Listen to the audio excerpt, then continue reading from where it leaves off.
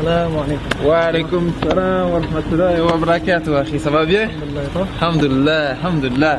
Donc aujourd'hui on va faire une petite vidéo, Inch'Allah, pour parce que quand on cherche sur YouTube, on voit pas vraiment beaucoup de vidéos qui expliquent la situation en Haïti. Donc toi, frère Zakaria, t'es de quelle origine? Bismillah ar-Rahman ar-Rahim. Mon nom est Zakaria Abdallah, algérien d'origine, et j'habite à Montréal. Et puis tu as décidé d'aller en Haïti. Premièrement, je veux savoir ou bien partager avec les frères et les sœurs, pour quelle raison as-tu décidé d'aller en Haïti? Okay. La première raison, en fait, c'est la demande. Oui. Il y a eu une demande par un groupe qui nous avait demandé de l'aide. C'était un groupe, un orphelinat musulman, qui nous avait demandé une certaine aide, une certaine appui. Okay. Et puisque dans le fond, nous, on prône la transparence et la véracité, on a décidé justement d'aller inspecter pour s'assurer que tout était beau et que justement l'argent se distribuait bien. Okay. Et moi, je me suis porté volontaire pour y aller. Dans le fond, c'était une levée de fonds qui s'est faite ici au Canada? Ben, la levée de fonds, en fait, elle s'est faite après la demande. Oh, ok. Donc, on a reçu la demande. Au début, de ma part, ça a pris un petit peu de temps parce que je n'étais pas inscrit dans une association ni rien. Moi, je travaillais en parallèle avec deux associations. Ok. Et quand il y a une association qui a décidé de prendre le projet en charge, elle s'est associée avec d'autres associations et là on a commencé la levée de fonds. Ok. À partir de quand la levée de fonds a commencé, bien sûr il fallait trouver quelqu'un pour aller, pour distribuer les fonds, s'arranger de savoir que les choses allaient aux bonnes places et tout ça. Donc moi je me suis porté volontaire, puis dans le fond en même temps, avant dans ma jahiliya j'avais déjà l'intention d'aller en Haïti. Ok. J'avais l'intention d'aller en Haïti dans ma jahiliya avec un de mes anciens amis et partenaires, on peut dire. Ok. Et puis à la fin, alhamdoulilah, Allah subhanahu wa ta'ala a rendu les choses difficiles dans le jahiliya, Ok. mais a facilité dans... Alhamdulillah, alhamdulillah. Alhamdoulilah. Donc je me suis porté volontaire et puis alhamdoulilah c'est moi qui est allé. Alhamdulillah. Et puis, t'es resté combien de temps en Haïti? La première fois j'ai fait 3 semaines. D'accord. Ça c'est la première fois. C'est où est-ce que j'inspectais, je voyais un peu le mode de vie, comment ça se passait là-bas et tout. Ensuite, en raison de quelques problèmes que je ne citerai pas pour le moment, quelques problèmes, on va dire, de bureaucratie, Ok. j'ai dû retourner pour le Eid de cette année, donc le Eid de 2015. Je devais aller pour 2 semaines cette fois-ci. Et là, encore un autre petit problème, alhamdoulilah, ça a fait en sorte que j'ai dû rester 5 mois. 5 mois, mashallah, en Haïti. Mashallah. Et puis, la situation en Haïti, parce qu'on se demande toujours, on voit dans les nouvelles, souvent il y a des émeutes, tout ça. Comment est-ce que c'est en Haïti? Bon, la situation, c'est sûr que les médias, ils en mettent toujours un peu plus. Est-ce que c'est dangereux? C'est dangereux, mais c'est pas aussi dangereux que on le dit. Moi, je comparais ça, par exemple, à Montréal. Moi, pendant que j'étais en Haïti, par exemple, j'ai pas vu vraiment de bataille, j'ai pas vu vraiment genre de gens qui attaquaient les gens comme ça. Ça, je le vois plus à Montréal. Ok. Tu sais, par exemple, si tu te promènes au centre-ville, surtout la fin de semaine, si tu vois pas une bataille, c'est que tu t'es pas promené. Ouais. On sait, genre, les gens, quand ils sortent des bars ici, tout ça, directement, il y a des batailles, il y a de la violence, il y a des gens qui sont volés dans la rue, tout ça. Je trouve que les rues de Montréal sont plus dangereuses que les rues d'Haïti. Ok. Dans ce sens-là. Dans le sens des batailles, des vols et tout ça. Mais en Haïti, c'est sûr qu'il y a l'autre facette. Il y a la facette genre des kidnappings, des émeutes, de la situation politique. Tu peux appeler le 911, c'est juste... Non, il y a la police, au contraire, même la police là-bas est beaucoup mieux équipée qu'ici. Tu comprends ce que je veux dire? Et beaucoup plus efficace aussi. Mais à part ça, pour les émeutes, la situation politique, c'est genre... Tu sais, on va pas te mettre dans la merde, parce que les gens vont pas venir te chercher nécessairement. Si tu es quelqu'un, un commerçant qui est dans la rue ou quoi que ce soit, normalement, moi, ce que j'ai vu, les manifestants n'attaquent pas genre les gens comme ça pour le plaisir. Moi personnellement j'ai été pris dans des émeutes. Une fois j'étais devant la mosquée et puis plusieurs fois des émeutes ont passé. Alhamdoulilah, on n'a jamais eu aucun problème. Au contraire, les gens ils nous saluaient, certains nous passaient le salam, certains criaient même Allahu Akbar, ils étaient contents de nous voir. Mais dans l'autre sens aussi, en face il y a une institut française.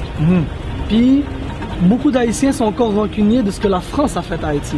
Donc eux autres, ils étaient un peu plus chauds. Ok. Mashallah. J'ai vu, t'as parlé de mosquée. Ouais. Est-ce qu'il y a beaucoup de musulmans en Haïti? En en termes de pourcentage, il n'y a pas beaucoup de musulmans, mais il y en a. Ok. Mais il y a beaucoup de gens qui veulent devenir musulmans. Le problème, c'est qu'il n'y a pas de suivi, il n'y a pas encore, comment je pourrais dire ça, il n'y a pas encore les outils nécessaires pour faire un bon suivi, pour faire un bon travail. Mais Inch'Allah, on est en train de travailler. Mais il y a quand même plusieurs mosquées. Ouais, surtout à Port-au-Prince. À Port-au-Prince, quand même. Plusieurs mosquées. Il y a beaucoup de musulmans aussi, que ce soit dans les zones de riches ou dans les zones ghetto. Il y a beaucoup de gens qui s'intéressent à l'islam, beaucoup de gens qui vont vers cette voie-là. Par exemple, un des plus gros ghettos d'Haïti, dans le fond le plus gros ghetto d'Haïti, puis un des plus dangereux au monde, il y a une mosquée à l'intérieur. Masha'Allah. Au milieu, oui. Cité Soleil. Cité Soleil.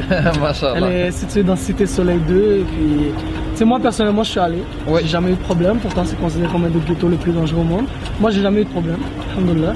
Mais Masha'Allah, il y a une mosquée, puis les gens ils s'entendent bien avec nous, puis le covoisinage se fait très bien.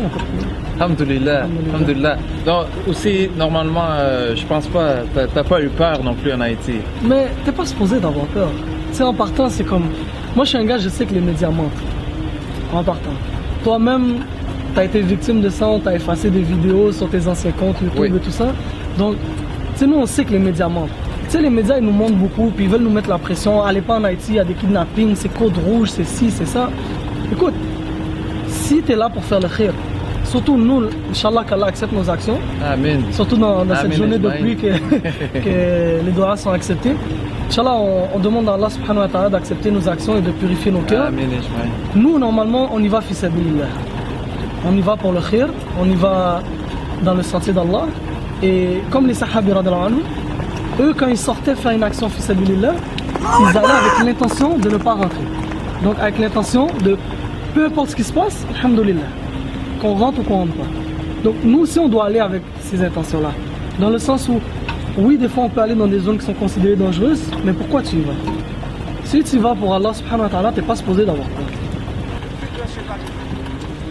Et en général, la peur, c'est juste un moyen de nous bloquer. Faut pas rester dans cette peur-là. Moi, alhamdoulilah, j'ai jamais eu de problème. J'ai jamais senti que j'étais en danger. J'ai jamais eu peur ou quoi que ce soit. C'est sûr que tu vois des affaires, mais à part ça, alhamdoulilah. Faire confiance en Allah, Inch'Allah. Faire confiance en Allah, subhanahu wa ta'ala. Masha'Allah. Comment les Haïtiens prennent la dawa? Très bien. Alhamdoulilah. Très bien. Et parce que les Haïtiens, à la base, c'est des gens très croyants. Ok. Et moi, je les respecte beaucoup pour ça. C'est des gens que, une fois qu'ils sont dans leur religion, ils s'y attachent. Ok. Peu importe que ce soit adventiste, témoin de Jéhovah, évangélique, whatever, ils sont très attachés. Après ça, les Haïtiens, c'est des gens qui sont pas dupes facilement. Ça veut dire, les Haïtiens, là, quand tu leur montres les vérités, c'est très rare qu'ils s'entêtent. Oui. Tu comprends ce que je veux dire? Donc, nous, moi en tout cas, quand j'étais là-bas, il y avait des frères qui sont venus me rejoindre. Puis quand j'étais là-bas, alhamdoulilah, on faisait la da'wah, puis les gens, ils écoutaient. Ils écoutaient, bien sûr, ils vont vérifier les informations, mais ils écoutent, puis ils vont vers le khir. Tu comprends? Comme ils cherchent à comprendre, puis ils sont pas là en train de débattre sur n'importe quoi. Oh, la télévision, les ci, les ça. Alhamdoulilah, comme ça va vraiment aller pour le mieux. Alhamdoulilah. Une des questions, parce qu'il y a sûrement des Haïtiens qui regardent présentement. Les Haïtiens, c'est souvent relié avec la chrétienté, justement, ou le vaudouisme. Mais même les vaudouisants, ils se considèrent comme chrétiens. Pas tous, mais il y en a beaucoup. Donc, j'aimerais ça faire une petite histoire, comme d'où ça vient, c'est quoi le... Comment l'islam est rentré ou... Oui. Ok. Ben, nous, ce qu'on connaît comme de l'époque d'aujourd'hui, c'est certains imams qui sont venus à l'islam, dont un par exemple, que lui s'appelle Imam Ali, qui est un des frères qui a ouvert une des premières mosquées actuelles qu'on connaît en Haïti, Masjid al-Fatiha. Lui, dans le fond, c'est un gars qui habitait ici. Lui dans le fond, c'était un frère qui venait de Brossard. Oui. Et puis, mashallah, lui, dans le fond, quand il a découvert l'islam, lui, je crois, il était pasteur ou quelque chose comme ça.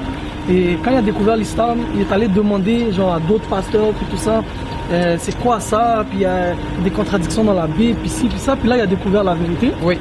Lui a décidé de vendre son permis de taxi, de retourner en Haïti. Masha'Allah. Et puis à partir de là, alhamdoulilah, il y a eu cette mosquée-là qui s'est faite. Salam alaikum.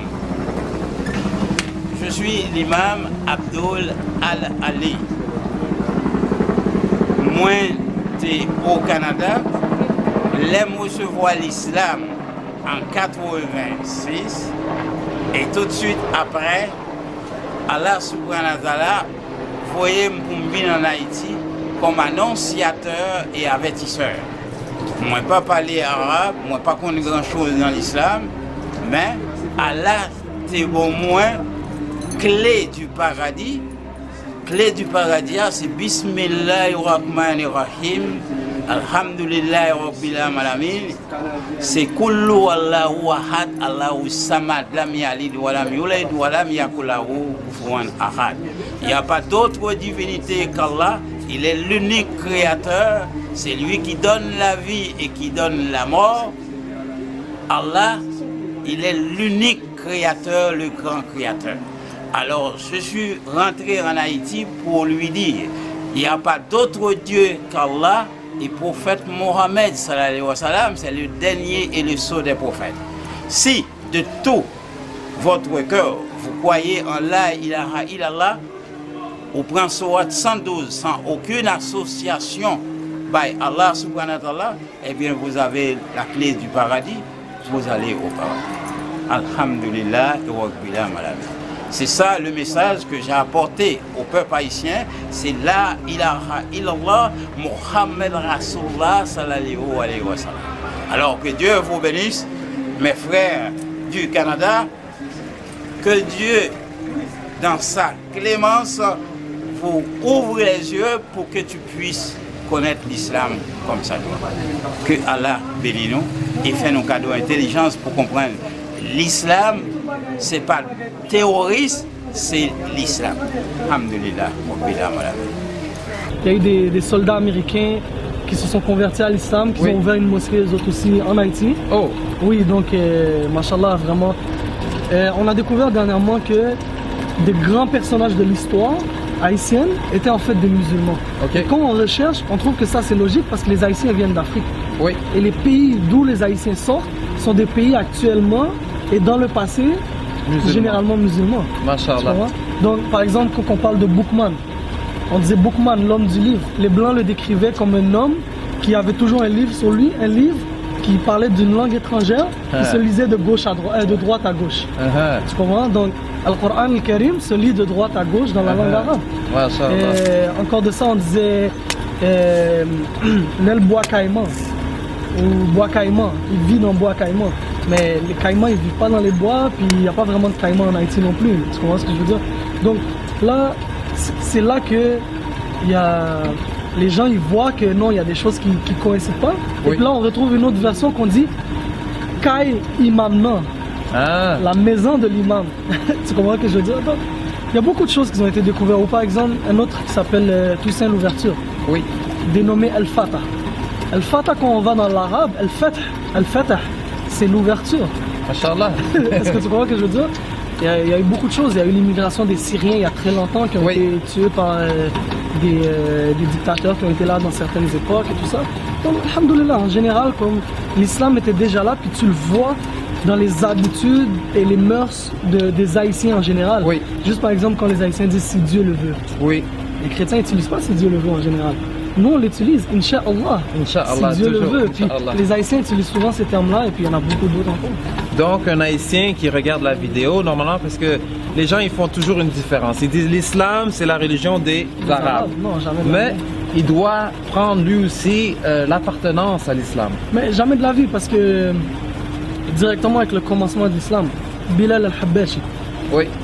Bilal était des tribus de l'Éthiopie, de la Somalie et tout ça. Donc, ça a été un des premiers, un des plus grands sahaba, qui était un homme noir et qui était un homme de d'autres régions.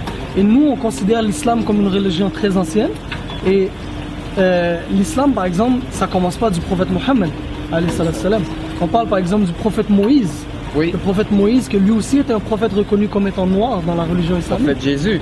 Bon, le prophète Jésus. Non, qui n'est pas noir, mais. Ben, c'est ça, pour la couleur, on ne sait pas exactement, mais par exemple, le prophète Jésus, que lui n'était pas un arabe. Oui. Beaucoup de prophètes qui sont venus avant n'étaient pas des arabes. Donc, l'islam, et tu le vois d'aujourd'hui, l'islam aujourd'hui, je crois, on compte 13% d'arabes sur tout le monde musulman. Et si je me rappelle bien, c'est 20% de tous les musulmans de la planète qui vivent en Indonésie, dans un pays asiatique.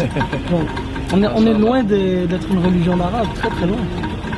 Petit dawa en créole, Inch'Allah. Bon, Bismillah. Bismillah, wa salatu wa salam ala rasulillah. Et message ça, c'est pour tout Haïtien. M'invitez-nous pour aller visiter le pays d'Haïti parce que c'est un très bel pays. Faut nous pas écouter tout ça média, tout ça comme si parents nous y a dit ce pays ça, comme si son pays qui est dangereux, son pays qui ci, son pays qui ça. Non, le pays d'Haïti, son pays qui est très riche, son pays qui est très belle, machallah. Donc, m'invitez-nous pour aller visiter le pays ça.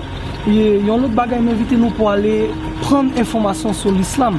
Parce que tout ça que les médias y a balancé sur nous dans la période ça, nous connaissons déjà les médias reconnus pour mentir sur nous, surtout nous-mêmes qui grandissons dans le milieu immigrant, dans le milieu quartier, comme si nous avons dit défavorisé. Il faut nous réaliser que les médias n'ont pas menti sur quelques bagages seulement, ils ont menti souvent, ils ont menti très souvent. Donc, il faut nous vérifier chaque information que moun a banou et puis chaque information surtout que médias occidentaux a banou. En l'autre bail dans le Coran, Allah subhanahu wa ta'ala a dit si on pervers vient joindre une information, faut qu'on le vérifie. Et puis message ça bon pour tout le monde, faut nous vérifier toute information qui vient joindre nous parce que nous pas qu'à bon m'a dit ça en petit gens vulgaire, nous pas qu'à sauter, nous pas qu'à arrêter et dans obscurité, faut nous aller dans lumière, nous pas gain choix. Et puis dans la journée de pluie ça, nous-mêmes nous considérons la journée de pluie comme une journée où est-ce que prière est acceptée par bon Dieu. Donc je dis ça en français. Je vous souhaite tous et tous de découvrir la vérité. Je vous souhaite d'avoir les cœurs ouverts à cette vérité. Je vous souhaite victoire dans vos actions. Et je vous souhaite que Dieu, que Allah purifie vos intentions et ouvre vos cœurs. Amen. Amen. Barakallahu fik, akhi. Wa fik al-baraka. Salam alaikum wa rahmatullahi wa barakatuh. Haïti, c'est un peuple vraiment croyant, c'est un peuple qui attend juste la bonne nouvelle, la nouvelle de l'islam.